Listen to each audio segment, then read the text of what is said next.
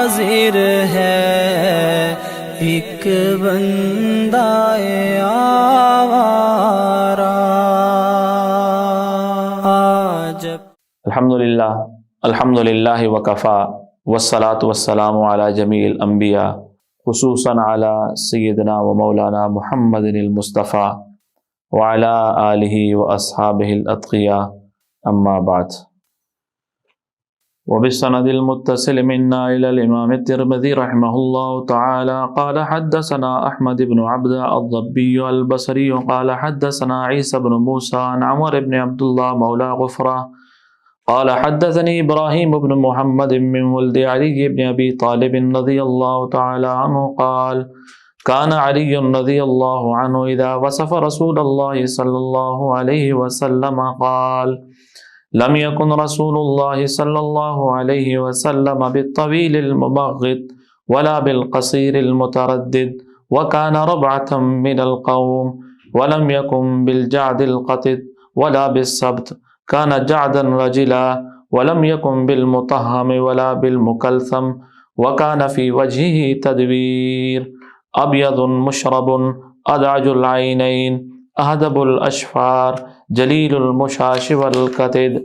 أجرد ذو مسربة شطن الكفين والقدمين إذا مشى تقلع كأنما ينحط في صبب وإذا التفت معه بين كتفيه خاتم النبوة وهو خاتم النبيين أجود الناس صدرا أصدق الناس لهجة ألينهم عريكة أكرمهم عشيرة من رآه بديهة هابا ومن خالطه معرفة أحب يقول ناعته لم أر قبله ولا بعده مثله صلی اللہ علیہ وسلم۔ امام ترمذی رحمۃ اللہ علیہ نے چھٹی حدیث نقل کی ہے رسول اللہ صلی اللہ علیہ وسلم کی، اور یہ حدیث ہے امیر المؤمنین سیدنا علی بن ابی طالب رضی اللہ تعالی عنہ سے۔ ابراہیم بن محمد بن حنفیہ سیدنا علی رضی اللہ تعالی عنہ کے پوتے ہیں، محمد بن حنفیہ کے بیٹے ہیں۔ وہ فرماتے ہیں کہ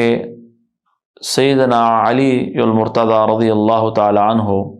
اذا وصف رسول اللہ صلی اللہ علیہ وسلم، جب آپ رسول اللہ صلی اللہ علیہ وسلم کا حلیہ مبارک بیان فرماتے تھے تو قال، سیدنا علی رضی اللہ تعالی عنہ یہ ارشاد فرماتے تھے لم یکن رسول اللہ صلی اللہ علیہ وسلم بالطویل الممغط، رسول اللہ صلی اللہ علیہ وسلم بہت زیادہ لمبے قد والے نہ تھے، آپ کا قد مبارک بہت زیادہ لمبا نہ تھا، ولا بالقصیر المتردد، اور نہ آپ کا قد مبارک بہت زیادہ چھوٹا تھا، وکان ربعۃ من القوم، اور آپ درمیانے قد کے تھے۔ یہ بات گزشتہ احادیث کے اندر بھی گزر چکی ہے کہ رسول اللہ صلی اللہ علیہ وسلم کا قد مبارک وہ درمیانہ تھا، لیکن آپ جب بھی کسی مجلس میں تشریف فرما ہوتے تو آپ کا قد مبارک اونچا لگتا تھا، اور یہ آپ کا معجزہ تھا۔ وَلَمْ يَكُنْ بِالْجَعْدِ الْقَطِدِ، آپ کے بال مبارک بہت زیادہ گھنگریالے بھی نہ تھے، ولا بالسبت، اور نہ بالکل سخت سیدھے تھے، کانا جعدن رجلا، اور آپ کے بال مبارک ہلکے سے ان کے اندر گھنگریالہ پن تھا، ہلکے سے مڑے ہوئے تھے۔ ولم یکن بالمطہم، آپ کا چہرہ انور، آپ کا منہ مبارک بہت بالکل گول نہ تھا، ولا بالمکلثم، اور نہ بالکل سیدھا تھا، کان فی وجہہ تدویر، اور آپ کے چہرہ انور میں ہلکی سی گولائی تھی، اور یہ اعلیٰ درجے کا حسن تھا کہ بالکل لمبا چہرہ جیسے ہوتا ہے انسان کا یا بالکل گول ہوتا ہے ایسا نہیں تھا، بلکہ ہلکی سی اس کے اندر گولائی تھی۔ ابیض مشرب، آپ کا رنگ مبارک سفید تھا لیکن مشرب اس کے اندر ہلکا سا سرخی مائل تھا، اس کے اندر ہلکا سا سرخی مائل رنگ تھا، بالکل سفید رنگ جیسے ہوتا ہے، انسان بالکل چونے کی طرح سفید ہو یہ بھی اچھا نہیں لگتا، اور بالکل سیاہ رنگ بھی حسن کی علامت نہیں ہے۔ تو چہرہ انور سفید تھا اور ہلکی سی اس کے اندر سرخی کی جھلک نظر آتی تھی۔ ادعج العینین، آپ کی آنکھ مبارک جو تھی وہ انتہائی سیاہ تھی، سیاہ آنکھ مبارک تھی۔ اہدب الاشفار، اور آپ کی پلکیں جو تھیں وہ لمبی تھی۔ آپ حضرات صحابہ کرام رضوان اللہ علیہ مجمعین کا عشق دیکھیں کہ انسان نے اپنی پلکوں کے بارے میں انسان کو پتہ نہیں ہوتا، دوسرے کی پلکوں کے بارے میں انسان کو پتہ نہیں ہوتا کہ کس طرح کی ہیں، لیکن آقا علیہ الصلوۃ والسلام کی پلک مبارک بھی وہ امت تک پہنچائی کہ آپ کی پلکیں وہ لمبی ہوتی تھی۔ جلیل المشاش والکتد، آپ کی ہڈیاں مضبوط تھیں، والکتد، اور یہ کھندہ مبارک کی جو ہڈی تھی یہ بھی انتہائی مضبوط تھی اور ہلکی سی تھوڑی سی وہ موٹائی کی طرف تھی، اور جو تھوڑی سی مضبوط ہوتی ہے بڑی ہوتی۔ اجرد، اور آپ کا جسم مبارک بال سے خالی تھا، جسم پر جیسے انسانوں کے بہت زیادہ بال ہوتے ہیں عام طور پر، تو آپ کے جسم مبارک پر اس طرح زیادہ بال نہیں تھے، جسم مبارک بالوں سے خالی تھا۔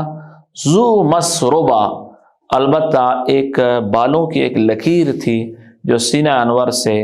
آپ کے ناف مبارک تک ایک بالوں کی ہلکی سی لکیر تھی۔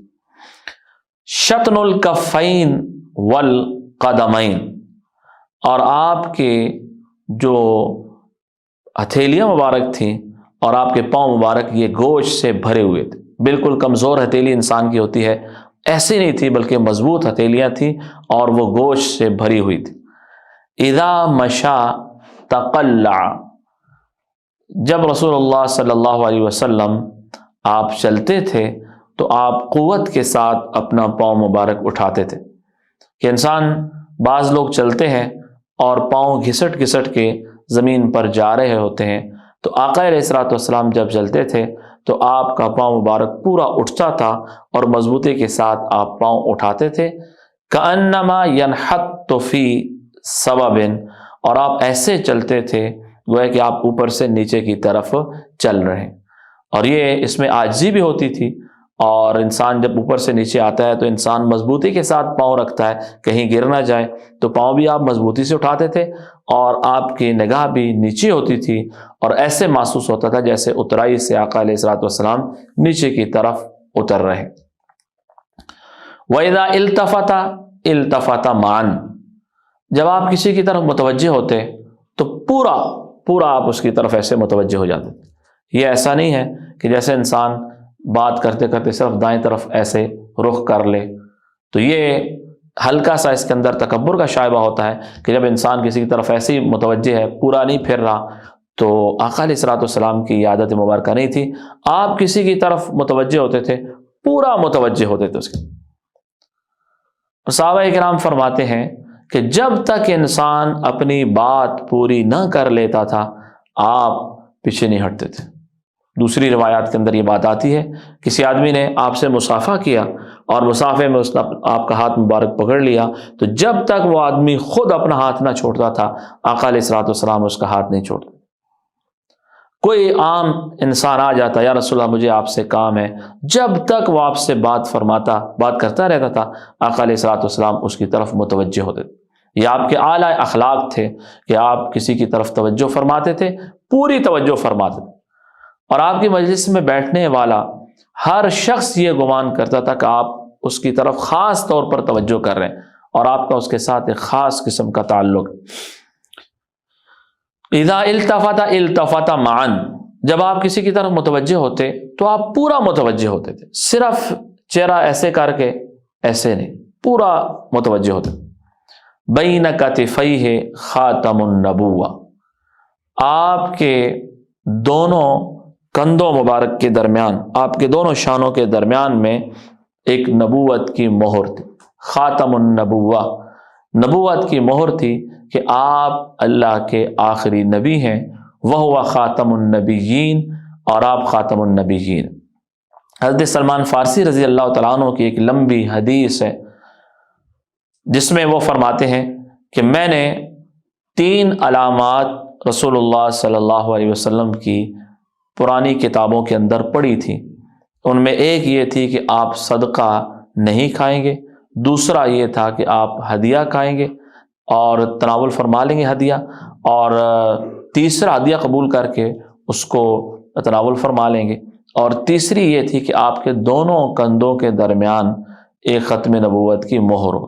تو فرماتے ہیں کہ ایسا ہی ہوا، ایک دفعہ میں آپ کے پاس آیا، میں نے کہا یا رسول اللہ یہ صدقے کی کھجوریں ہیں، آپ نے قبول نہیں فرمائی، صحابہ کو فرمایا کہ کھا لو۔ دوسرے دن میں گیا، میں نے کہا یا رسول اللہ یہ ہدیہ ہے، تو آپ نے خود بھی تناول فرمائی، صحابہ کرام کو بھی دی۔ پھر آپ ایک دفعہ ایک جنازے پر تشریف لے گئے، تو میں سامنے بیٹھا تھا، میں پیچھے کی طرف آیا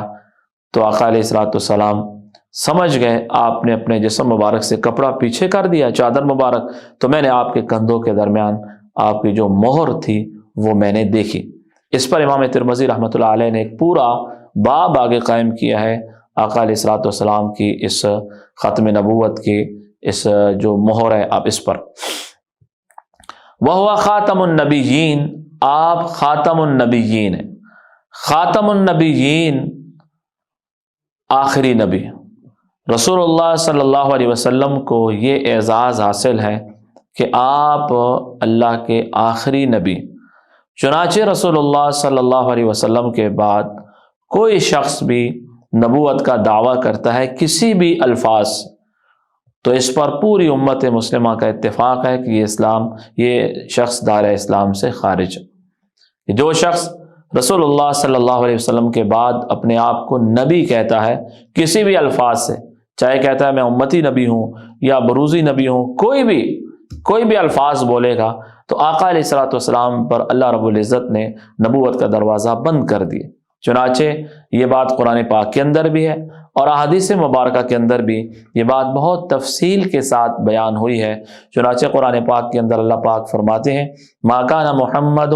ابا احد من رجالکم ولکن رسول اللہ وخاتم النبیین، کہ محمد صلی اللہ علیہ وسلم تمہارے مردوں میں کسی کے باپ نہیں ہے، وہ اللہ کے رسول ہیں اور خاتم النبیین ہیں۔ چنانچہ ایک حدیث کے اندر رسول اللہ صلی اللہ علیہ وسلم نے ارشاد فرمایا کہ میرے بعد 30 شخص ایسے ہوں گے جو جھوٹے دجال ہوں گے، جو نبوت کا دعویٰ کریں گے، اور انا خاتم النبیین لا نبی بعدی، میں خاتم النبیین ہوں، میں آخری نبی ہوں، لا نبی بعدی، میرے بعد کوئی نبی نہیں آئے گا۔ ایک اور حدیث کے اندر رسول اللہ صلی اللہ علیہ وسلم نے اس بات کو اور واضح طور پر ارشاد فرمایا۔ چنانچہ آپ نے ارشاد فرمایا کہ میری مثال اور باقی انبیاء کی مثال ایسے ہے جیسے ایک شخص نے محل بنایا اور انتہائی خوبصورت اور اعلیٰ محل بنایا، جب وہ محل مکمل ہو گیا اس میں ایک اینٹ کی خالی جگہ اس نے چھوڑ دی۔ اب لوگوں کو دعوت دی کہ آؤ محل دیکھو، لوگ آ رہے ہیں، محل دیکھ رہے ہیں، بڑی تعریف کر رہے ہیں، اور سب لوگ یہ کہہ رہے ہیں کہ کاش وہ ایک اینٹ کی جگہ جو خالی ہے وہ بھی مکمل ہو جائے۔ تو فرمایا کہ آپ نے کہ میری مثال نبیوں میں ایسے ہے جیسے اس محل کے اندر آخری اینٹ ہے۔ تو وہ شخص نے آخری اینٹ رکھی، وہ محل مکمل ہوا، تو اللہ نے مجھے بھیجا اور اس کے ساتھ نبوت کا محل کامل ہو گیا۔ چنانچہ آپ اللہ کے آخری نبی ہیں، آپ کے بعد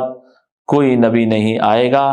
قیامت کے قریب سیدنا عیسیٰ علیہ نبینا علیہ الصلوۃ والسلام تشریف لائیں گے، لیکن وہ آپ کے امتی ہونے کی حیثیت سے تشریف لائیں گے، نبی ہونے کی حیثیت سے تشریف نہیں لائیں گے۔ تو وہ خاتم النبیین، آپ خاتم النبیین ہیں۔ اجود الناس سے صدرن، آپ سب سے زیادہ سخی تھے سینے کے اعتبار سے، یعنی آپ کا دل سخاوت سے بھرپور تھا، آپ لوگوں میں سب سے زیادہ سخی تھے۔ رسول اللہ صلی اللہ علیہ وسلم کی آپ کا جو خاص ایک وصف تھا وہ سخاوت تھا، اتنی سخاوت تھی کہ جو ایک عام انسان تصور بھی نہیں کر سکتا۔ چنانچہ ایک شخص تشریف لائے، انہوں نے آپ سے سوال کیا آقا علیہ الصلوۃ والسلام کے پاس بکریاں تھیں بہت کثیر تعداد کے اندر، ایک پوری وادی ان سے بھر جاتی، تو آپ نے وہ پوری بکریوں سے بھری ہوئی وادی اس کے حوالے کر، وہ ایک شخص کے حوالے کر اس کو دے دی۔ تو اس نے کہا کہ یہ سخاوت کسی عام انسان کی نہیں ہے، یہ اللہ کے پیغمبر کی سخاوت ہو سکتی۔ صحابہ فرماتے ہیں کان رسول اللہ صلی اللہ علیہ وسلم اجود من ریح المرسلہ، آپ تیز ہوا سے بھی زیادہ سخی تھے۔ کبھی کسی شخص نے آپ سے کوئی سوال کیا، آپ سوال رد نہیں فرما۔ ایک دفعہ ایک عورت نے آپ کے لیے خوبصورت جوڑا لایا، آپ نے وہ پہنا اور آپ کو بڑا، صحابہ نے فرمایا رسول اللہ بڑا خوبصورت لگ رہا ہے جوڑا آپ پر۔ تو ایک شخص نے کہا یا رسول اللہ آپ یہ مجھے دے دیں۔ تو آپ نے فرمایا ٹھیک ہے، آپ تشریف لے گئے اور دوبارہ پہلا جوڑا آپ پہن کے تشریف لائے اور وہ جوڑا اس شخص کے حوالے کر دیا۔ تو بعد میں باقی صحابہ کرام نے ان کو کہا بھئی آپ نے آقا علیہ الصلوۃ والسلام سے کیوں مانگا؟ آپ کو پتہ تو ہے کہ رسول اللہ صلی اللہ علیہ وسلم کسی شخص کی بات کو رد نہیں فرماتے۔ تو انہوں نے کہا کہ میں نے اس لیے تھوڑا مانگا ہے میں اس کو پہنوں گا، میں نے تو اس لیے مانگا ہے کہ میرا اس کے اندر کفن ہوگا۔ چنانچہ صحابہ فرماتے ہیں کہ انہوں نے وہ جوڑا اپنے پاس رکھا اور اسی چادر کے اندر ان کو کفن دیا گیا۔ تو رسول اللہ صلی اللہ علیہ وسلم کی جو سخاوت تھی وہ بہت زیادہ حد سے بڑی ہوئی تھی، بہت اعلیٰ حدوں کو پہنچی ہوئی تھی۔ چنانچہ مکہ فتح ہوا، آپ نے ایک ایک شخص کو 100 اونٹ دیے، 100 اونٹ ایک ہی مجلس میں ایک ایک شخص کو۔ اجود الناس صدرا، آپ سینے کے اعتبار سے سب سے زیادہ سخی تھی۔ اصدق الناس لہجہ، آپ لہجے کے اعتبار سے سچے تھے، ہمیشہ آپ سچ بولتے تھے، اور سچ کی تو آپ نے امت کو بھی اتنی تلقین کی ہے، فرمایا کہ مومن بخیل ہو سکتا ہے، بزدل ہو سکتا ہے، مومن جھوٹا نہیں ہو سکتا۔ تو اصدق الناس لہجہ، آقا علیہ الصلوۃ والسلام تمام لوگوں میں بات کے اعتبار سے سب سے زیادہ سچے تھے۔ الینہم عریکا، آپ طبیعت کے اعتبار سے بہت زیادہ نرم تھے، آپ اتنے نرم تھے کہ قرآن نے بھی آپ کی نرمی کی تعریف فرمائی۔ جب غزوہ احد ہوا، احد میں آقا علیہ الصلوۃ والسلام نے 70 صحابہ کو ایک ٹیلے پر مقرر فرمایا کہ تم نے یہاں سے نہیں ہٹنا۔ چنانچہ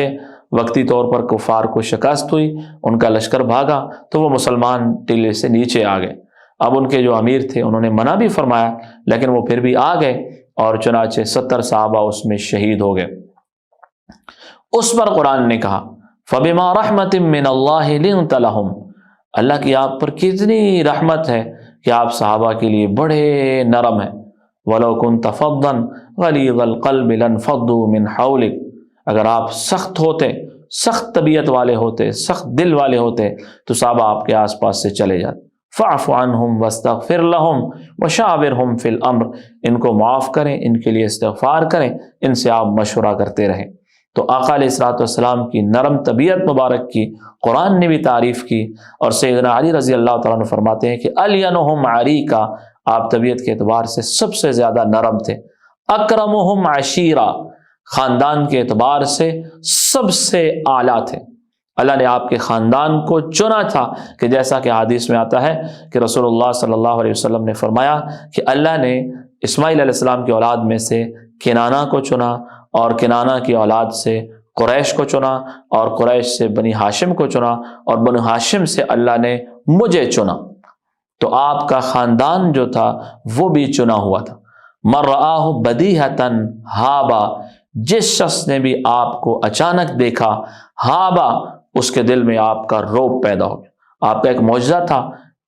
آپ نے فرمایا کہ نصرت بالرعب مسیرۃ شہر، مجھے اللہ نے 1 مہینے کی مسافت تک کا رعب عطا کیا کہ کوئی شخص 1 مہینہ کی مسافت پر دور ہوتا تھا اس کے دل میں آپ کا رعب آ جاتا تھا۔ اور مر رہا بدیہۃ ہابا، جو آپ کو اچانک دیکھتا تو اس کے دل میں آپ کا رعب آ جاتا تھا۔ ومن خالطہ معرفہ، تو پہلے والے میں اس کے دل میں آپ کی ہیبت اور رعب طاری ہو جاتا تھا۔ ومن خالطہ معرفہ،